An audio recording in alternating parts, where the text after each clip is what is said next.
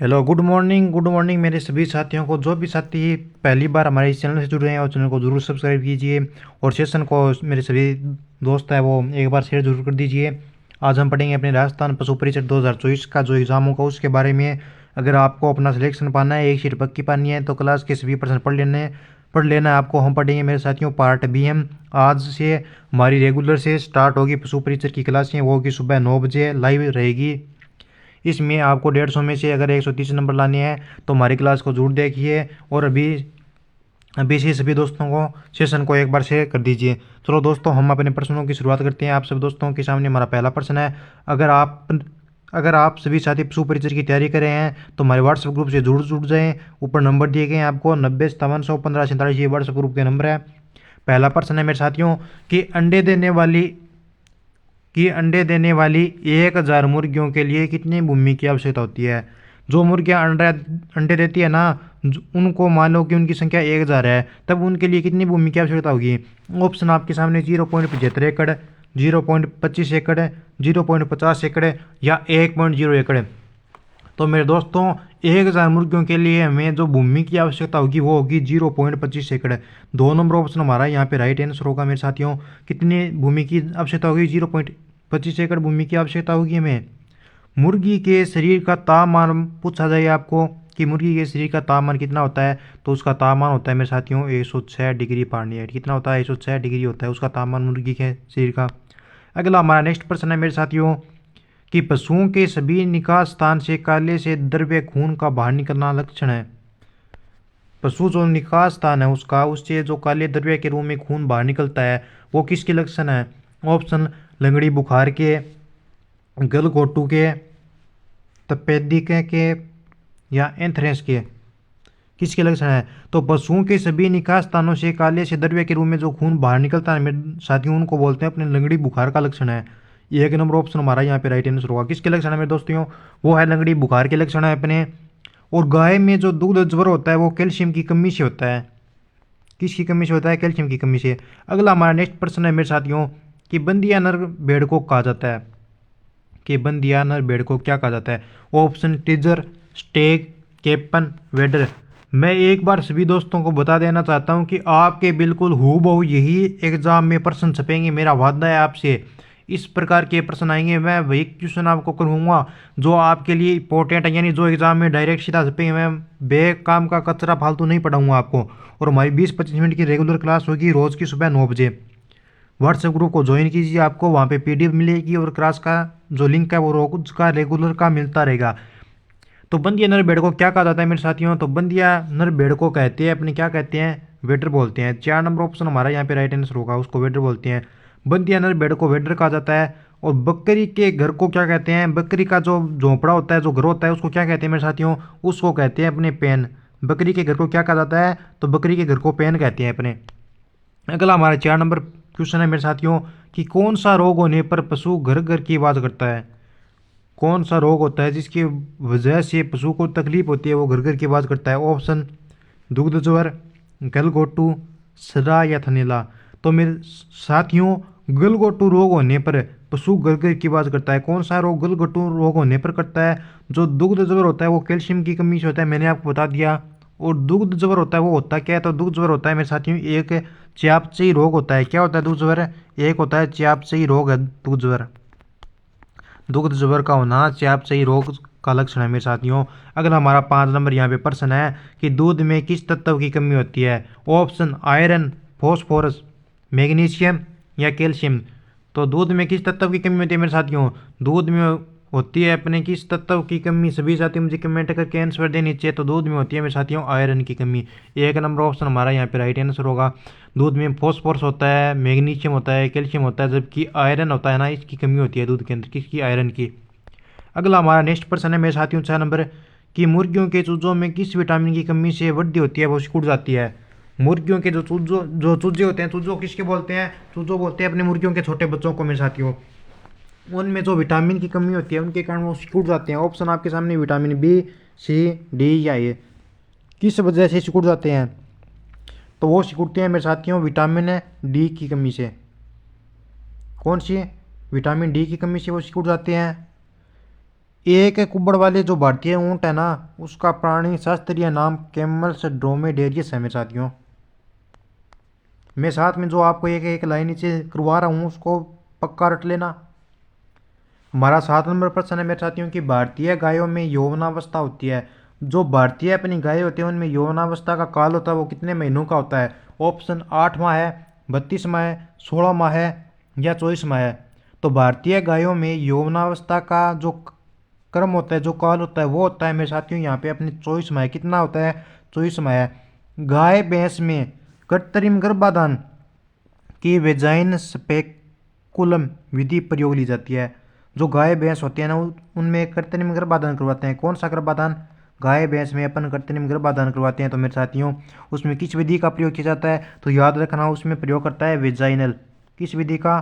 Vaginal. Vaginal, उसमें vaginal विधि का प्रयोग होता है। कौन सी? Vaginal speculum. वेजाइनल स्पेकुलम विधि का उसमें प्रयोग होता है मेरे साथियों। अगला हमारा नेक्स्ट प्रश्न है 8 नंबर कि राजस्थान में पाई जाने वाली सबसे अच्छी भारवाही नस्ल है। राजस्थान में कौन सी नस्ल है जो सबसे अच्छी भारवाही मानी जाती है, यानी जो वजन होती है? कौन सी नस्ल है? ऑप्शन राठी, नागौरी, थारपारकर, हरियाणा। तो राजस्थान में पाई जाने वाली सबसे अच्छी भारवाही जो नस्ल है मेरे साथियों वो अपनी नस्ल है नागौरी। 2 नंबर ऑप्शन हमारा यहाँ पे राइट आंसर होगा। सबसे अधिक वसा होती है वो कौन सी भैंस के दूध में पाया जाता है? तो सबसे अधिक वसा होती है वो बदावरी नामक भैंस होती है ना, उसके दूध में पाई जाती है सर्वाधिक वसा। कौन सी है? बदावरी भैंस में। अगला हमारा यहाँ पे 9 नंबर प्रश्न है मेरे साथियों कि खींस की अनुपलब्धता, इसकी अनुपलब्धता होने पर किस औषधि का प्रयोग किया जाता है? ऑप्शन अरंडी का तेल, फिनेविस तारपिन का तेल या सरसों का तेल। तो खींस की अनुपलब्धता होने पर मेरे साथियों अरंडी के तेल का औषधि का प्रयोग करते हैं अपन। 1 नंबर ऑप्शन हमारा इस प्रश्न का सही आंसर होगा। टीचर आयोडीन में 0.2% आयोडीन काम में लेते हैं। अगला हमारा 10 नंबर प्रश्न है मेरे साथियों की निम्न में से कौन सी बीमारी जीवाणु जनित नहीं है? उस बीमारी का नाम बताना है जो जीवाणु जनित नहीं है। ऑप्शन थनैला, खुरपका, मुहपका या ब्लैक वाटर। ब्लैक वाटर का दूसरा नाम क्या है मेरे साथियों? इसको जहरबाद भी बोलते हैं। कौन सा? जहरबाद भी बोलते हैं ब्लैक वाटर को। और चौथा ऑप्शन है हमारा गिल्टी रोग। तो कौन सा जीवाणु है जो यहाँ पे क्या है? जीवाणु जनित नहीं है, कौन सी बीमारी है? तो हमारा यहाँ पे ऑप्शन होगा 2 नंबर राइट आंसर, यानी बी नंबर ऑप्शन खुरपक्का और मुंहपक्का है। ये जीवाणु जनित नहीं है मेरे साथियों। एंथ्रेस है जो जीवाणु जनित रोग है। एंथ्रेस क्या होता है? जीवाणु जनित रोग होता है एंथ्रेस। अगला हमारा यहाँ पे 11 नंबर प्रश्न रहने वाला है मेरे साथियों कि गौवंश में अत्यधिक जबर, कि गौवंश में अत्यधिक जबर तथा खूनी दस्त किस रोग के लक्षण है? ऑप्शन आपके सामने 4 दिए गए हैं। तो गौवंश में अत्यधिक जबर तथा खूनी जो दस्त होता है वो किसके कारण होता है मेरे साथियों? वो होता है अपने रीडरपेस्ट रोग के लक्षण होते हैं। किसके? रीडरपेस्ट रोग के लक्षण। 4 नंबर ऑप्शन हमारा यहाँ पे सही आंसर होगा। रीडरपेस्ट ये क्या है मेरे साथियों? ये किससे फैलता है? आपसे इस प्रश्न के बारे में ऐसा पूछा जाए कि रीडरपेस्ट जो रोग के लक्षण है वो किस वजह से फैलता है? तो ये विषाणु के कारण फैलता है। किसके कारण? विषाणु के कारण फैलता है ये रोग। अगला हमारा नेक्स्ट प्रश्न है मेरे साथियों 12 नंबर। एक बार मैं सभी साथियों को बता रहा हूँ कि जो भी साथी पशु परिचर 2024 की तैयारी करा है वो अभी व्हाट्सएप ग्रुप को ज्वाइन कीजिए। अगला हमारा 12 नंबर प्रश्न है यहाँ पे कि घावों के उपचार में काम में लिया जाता है, यानी अगर किसी पशु को घाव लग जाता है तब उसके उपचार करते हैं तो उसमें क्या काम में लिया जाता है? ऑप्शन आपके सामने 4 दिए गए हैं। चारों ही नाम क्या है? एक से एक बढ़ के नाम है। तो आप सभी इस प्रश्न को पक्का अपने नोटबुक में रट लीजिए, उतार लीजिए। तो घावों के उपचार में काम में लिया जाता है कौन सा मेरे साथियों? इसमें काम में लिया जाता है एंटीसेप्टिक है। एंटीसेप्टिक 2 नंबर ऑप्शन हमारा यहाँ पे राइट आंसर होगा इस प्रश्न का। एंटीसेप्टिक को काम में लिया जाता है। पेचिश रोग का वाहक कौन सा होता है? कॉक्सीडियम। ये याद मत रखना चाहिए कि पेचिश रोग का वाहक कॉक्सीडियम जरनाई होता है। ये आप याद मत रखना, केवल इतना याद रखना कि घावों के उपचार में काम में लिया जाता है एंटीसेप्टिक। अगला हमारा यहाँ पे 13 नंबर प्रश्न है मेरे साथियों कि मस्तिष्क व मृजों को ढकने वाली तीनों झीलों में से जो सूजन आ जाती है उस स्थिति को क्या कहा जाता है? अपने जो मस्तिष्क व मेरुजो होता है पशुओं में उनको ढकने वाली जब तीनों झिल्लियाँ होती है उन तीनों झिल्लियों में सूजन आ जाता है तब उसको क्या बोलते हैं अपन? आपके सामने 4 ऑप्शन दिए गए हैं। तो उसको बोलते हैं मेरे साथियों मेनिनजाइटिस क्या बोलते हैं उसको? उसको बोलते हैं मेनिनजाइटिस। 4 नंबर ऑप्शन हमारा यहाँ पे राइट आंसर होगा, उसको बोलते हैं मेनिनजाइटिस। क्या? मेनिनजाइटिस। अगला हमारा प्रश्न है यहाँ पे 14 नंबर कि पशुपालन में कास्टिंग का अभिप्राय है। पशुपालन में कास्टिंग का क्या अभिप्राय है? पशुपालन में कास्टिंग का क्या अभिप्राय है मेरे साथियों? तो पशुपालन में कास्टिंग का अभिप्राय है पशु को नियंत्रण में करना। पशु को नियंत्रण में करना, जैसे कि अपने बाड़े होते हैं ना मेरे साथियों, चारदीवारी होती है, उसके अंदर पशु होते हैं, उनको उसका मतलब होता है कि इसके अंदर पशु का नियंत्रण है, वही ये कास्टिंग का अभिप्राय है यहाँ पे। अगला हमारा नेक्स्ट प्रश्न है 15 नंबर कि बिनोला में टॉक्सिन होता है। एक बार मैं आपको एक चीज़ बताना चाहता हूँ कि इस आपके पशुपालन जो विभाग का जो अपना पेपर होने जा रहा है परीक्षा का 2024 का, इसमें आधे प्रश्न ऐसे हैं जिनको आप नाम के हिसाब से याद रख सकते हैं मेरे दोस्तों। जैसे कास्टिंग हो गया, अब पशु जो हरा चारा मतलब ब्याने वाले होते हैं उसको कितना खिलाते हैं, इस पर वाले जो क्वेश्चन होते हैं ये नॉर्मल चीज़ें, नॉर्मल प्रश्न है, इनको आप मुख्य ज़बानी याद रख सकते हैं। तो हमारा 15 नंबर प्रश्न है कि बिनोले में टॉक्सिन होता है, कौन सा होता है बिनोले में टॉक्सिन? तो बिनोलो में टॉक्सिन होता है मेरे साथियों गासिपोल। कौन सा? गासिपोल टॉक्सिन होता है बिनोलो में। हरा चारा स्वादिष्ट सुपाच्य व विरेचक होता है। हरा चारा होता है ना वो स्वादिष्ट भी होता है, उसके साथ सुपाच्य भी होता है और विरेचक भी होता है। बिनोला में टॉक्सिन गासिपोल होता है मेरे साथियों। ये कई शब्द ऐसे हैं जो कठिन भी आपने अभी तक पढ़ा भी नहीं है, ऐसे प्रश्न मतलब ऐसे शब्द आए हैं यहाँ पे। अब हमारा 16 नंबर प्रश्न है कि पशुओं की आयु ज्ञात करने का सबसे अच्छा तरीका कौन सा होता है? सींगों द्वारा, दांतों के द्वारा, खुर के द्वारा या शारीरिक दशा के द्वारा? तो पशुओं की आयु ज्ञात करने का सबसे अच्छा तरीका होता है मेरे साथ ये दांतों के द्वारा। हम अपने घर पे पशु रखते हैं तब उसके हमें बोलते हैं ना कि इसके 2 दांत झड़ गए हैं, तो मतलब है 2 दांत टूट गए हैं, तो ये पशु है वो ये 2 साल की हो गई है, 3 साल की हुई है, ऐसे बोलते हैं ना। दांतों के द्वारा पशुओं की आयु ज्ञात करना का सबसे अच्छा तरीका है। बल्कि हम सींगों के द्वारा भी उनकी आयु ज्ञात कर सकते हैं और खुर के द्वारा भी। वैसे तो ये चारों विधि है, इनके चारों प्रयोगों के द्वारा हम पशुओं की आयु ज्ञात कर सकते हैं, परंतु इनमें सबसे अच्छी जो विधि है वो है दांतों के द्वारा। अगला हमारा 17 नंबर यहाँ पे प्रश्न है कि उत्तेजक के रूप में काम में लेते हैं किसको? फिनोल को, फिनाइल को या एल्कोहल को या लाइसिस को? लाइसोल है मेरे साथियों, यहाँ पे लाइसिस नहीं है, लाइसोल। उत्तेजक के रूप में किसको काम में लेते हैं? तो उत्तेजक के रूप में काम में लेते हैं मेरे साथियों एल्कोहल पदार्थ को उत्तेजक के रूप में काम में लेते हैं। खुर पक्का मुँह पक्का जो रोग होता है ना उसमें पशुओं के खुर धोने में नीला थोथा काम में लिया जाता है। उत्तेजक के रूप में तो काम लेते हैं अपने एल्कोहल को। जब पशुओं में खुर पका मुँह पका रोग आता है उसमें उनके जो खुर होते हैं ना उसमें किसका प्रयोग में लेते हैं पशुओं के खुर धोने के लिए? तो पशुओं का खुर धोने के लिए हम नीला थोथा काम में लेते हैं मेरे साथियों। कौन सा? नीला थोथा। नीला थोथा ये है जो अपने पशुओं के खुर धोने में काम में लेते हैं। अगला हमारा यहाँ पे 18 नंबर प्रश्न है मेरे साथियों कि रानीखेत बीमारी का दूसरा नाम क्या है? ऑप्शन आपके सामने 4 दिए गए हैं। तो रानीखेत बीमारी का दूसरा नाम क्या है? सभी साथी आंसर देंगे मुझे। रानीखेत बीमारी का दूसरा नाम है मेरे साथियों मोरेक रोग। 2 नंबर ऑप्शन हमारा यहाँ पे बिल्कुल सही आंसर होगा, राइट है। मोरेक, ये जो मोरेक रोग है ये रानीखेत बीमारी का दूसरा नाम होता है मेरे साथियों। मुर्गियों के आवास हेतु उसकी विस्तृत जो प्रणाली होती है ना उसमें रैन बसेरे में प्रतिपक्षी जो स्थान होता है वो होता है 1 वर्ग फुट। रानीखेत बीमारी का दूसरा नाम तो मुर्गिक रोग होता है मेरे साथियों, परंतु जो मुर्गियों का आवास होता है उनमें जो उनका जो स्थान होता है ना वो होता है 1 वर्ग फुट दिया जाता है उनको स्थान। अगला हमारा प्रश्न है कि भेड़ों की यौवनावस्था होती है, भेड़ों की यौवनावस्था कितने दिनों की होती है? 20 माह है, 24 माह है, 12 माह है या 10 माह है? तो भेड़ों की यौवनावस्था होती है मेरे साथियों 10 माह की। 4 नंबर ऑप्शन सही आंसर होगा। मैं आपसे एक प्रश्न पूछ रहा हूँ कि पशुओं के लिए कौन कौन से पोषक तत्व होते हैं जो आवश्यक होते हैं? तो वो होते हैं मेरे साथियों पहला कार्बोहाइड्रेट, दूसरा प्रोटीन, तीसरा वसा। ये पशुओं के लिए आवश्यक पोषक तत्व होते हैं।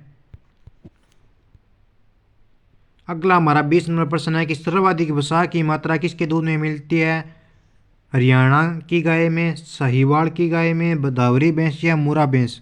तो सर्वाधिक वसा की मात्रा किसके दूध में मिलती है मेरे साथियों? ये मिलती है अपने बदावरी रंग जो बदावरी भैंस होती है ना इसमें सर्वाधिक है वसा की मात्रा मिलती है दूध की। अगला हमारा यहाँ पे 21 नंबर प्रश्न रहने वाला है कि बकरी के वयस्क नर को कहा जाता है, बकरी का जो वयस्क नर होता है उसको क्या कहा जाता है। इस प्रकार के प्रश्न आते हैं आपके एग्जाम में, सुअर, बैल, बक या रेम। तो बकरी के वयस्क नर को कहा जाता है मेरे साथियों, क्या बोलते हैं उसको, बक बोलते हैं। 3 नंबर ऑप्शन हमारा यहाँ पे राइट आंसर होगा। अगला हमारा यहाँ पे 22 नंबर प्रश्न है मेरे साथियों कि 100 किलोग्राम शरीर भार वाली गाय को प्रतिदिन कितना शुष्क पदार्थ आहार में देना चाहिए।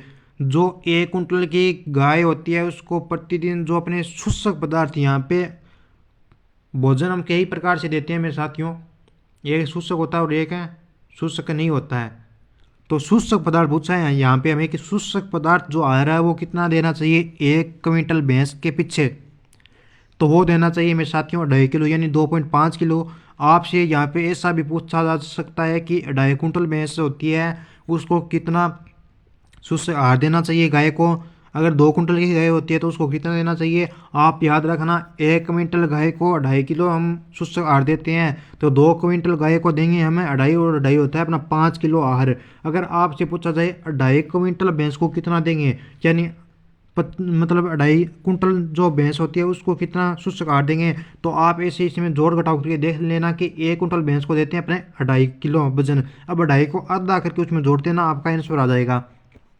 अगला हमारा प्रश्न है 23 नंबर की, भारत में सबसे पहले कृत्रिम गर्भाधान किसने किया था। Option doctor Swaminathan, doctor Sampath Kumar, Verghese Kurien या निजोलस ने। भारत में सबसे पहले कृत्रिम गर्भाधान किसने किया, तो वो क्या था डॉक्टर संपत कुमार में। 2 नंबर ऑप्शन हमारा यहाँ पे सही आंसर होगा। अगर ये प्रश्न मैं आपको यहाँ पे अगर नहीं पढ़ाता तो ये प्रश्न आप मेरा वादा है मेरे दोस्तों, आप क्या करते हैं एग्जाम में गलत करके आते हैं। मैंने ये पढ़ा दिया है तो ये प्रश्न आपका एग्जाम में आएगा तो आप इसको सही करोगे। अगला हमारा 24 नंबर प्रश्न है कि निम्न में से कौन सी विदेशी गाय की नस्ल है। विदेशी गाय की नस्ल पूछी हमें कि कौन सी, ऑप्शन जर्सी, हरियाणा, कांकरेज या राठी। तो विदेशी गाय की नस्ल है मेरे साथियों यहाँ पे कौन सी, जर्सी नस्ल की गाय होती है वो विदेशी गाय होती है मेरे साथियों। 1 नंबर ऑप्शन हमारा यहाँ पे राइट आंसर होगा। जर्सी गाय विदेश की नस्ल होती है। जर्सी गाय की जो अपने दूध होता है ना, दूध में चिकनाई की मात्रा होती है वो होती है 5%। जर्सी गाय के दूध में चिकनाई की मात्रा होती है मेरे साथियों कितनी, 5% चिकनाई की मात्रा होती है। अगला हमारा 25 नंबर प्रश्न है कि वीर्य किस में संग्रहित किया जाता है। ऑप्शन आपके सामने 4 दिए गए हैं, सोडियम, तल, नाइट्रोजन, जल, फॉस्फोरस। तो वीर्य किस में संग्रहित किया जाता है, तो ये किया जाता है तरल नाइट्रोजन में। किस में, तरल नाइट्रोजन में वीर्य संग्रहित किया जाता है। अब मैं आपसे एक प्रश्न पूछता हूँ मेरे साथियों कि सांड का जो वीर्य होता है उसके पीएच मान कितना होता है। किसका, सांड के वीर्य का पीएच मान कितना होता है। तो सांड के वीर्य का पीएच मान होता है मेरे साथियों वो होता है अपना 6.5। कितना होता है, 6.5 होता है सांड के वीर्य का पीएच मान। अपनी ये क्लास में यहीं पे समाप्त करता हूँ मेरे साथियों। रोज़ के हम 25-30 प्रश्न है जो पशुपालन जो भर्ती होने जा रही है अपनी, इसके बारे में पढ़ेंगे। मैं आपको पार्ट ए बी सब करवाऊंगा मेरे साथियों। राजस्थान जीके की क्लास अपनी रोज़ की रेगुलर की शाम को 8 PM पे होती है राजस्थान जीके की क्लास, और जो आपकी पशु परिचर की क्लास होती है वो होती है आपकी सुबह 9 PM पर। सॉरी दोस्तों 9 PM नहीं 9 AM, सुबह को हम AM बोलते हैं। पशु परिचर की आपकी रोज़ की क्लास होगी सुबह 9 बजे, और राजस्थान जीके की क्लास होगी आपकी पशु परिचर और BSTC की वो होगी शाम को 8 बजे। मिलते हैं नेक्स्ट क्लास में। व्हाट्सएप ग्रुप को ज्वाइन करने के लिए मैं आपको नंबर दे रहा हूँ। जो भी साथी पशु परिचर BSTC PTT की तैयारी करा है वो इन नंबरों पे मैसेज कीजिए मेरे साथियों। 90 5700 15 47 इन व्हाट्सएप नंबरों पर मैसेज कीजिए। जो भी साथी पशु परिचर BSTC PTT तैयारी करा है वो इन नंबरों पे मैसेज कीजिए मेरे साथियों, मैं आपको व्हाट्सएप ग्रुप में ज्वाइन कर दूंगा। जय हिंद, जय भारत। मिलते हैं अगली नेक्स्ट क्लास में।